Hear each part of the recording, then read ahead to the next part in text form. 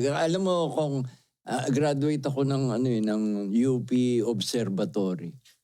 Nag-o-observe lang ako. Parang alam ko na sa mga. Oo, nanonood lang ako. Wala akong hindi ako pasado. Ako din po, UP. Yung pinakasalan ko po, taga UP. Kasi hindi ako nag-UP, so pinunta.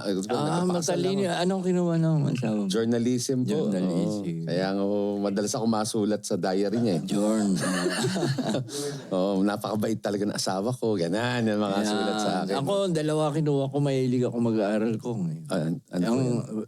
8 years ako sa US. Opo. Diyan sa may Espanya. sa UST. Sa UST. 8 years ako diyan kong. 2 course kinuha ko. Oy.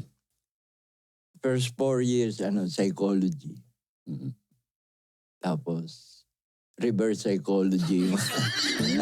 Kaya wala akong natutunan ko. Nabura lahat yung... Sayang yung 8 years ko yun sa US. Ayan, lesson learned.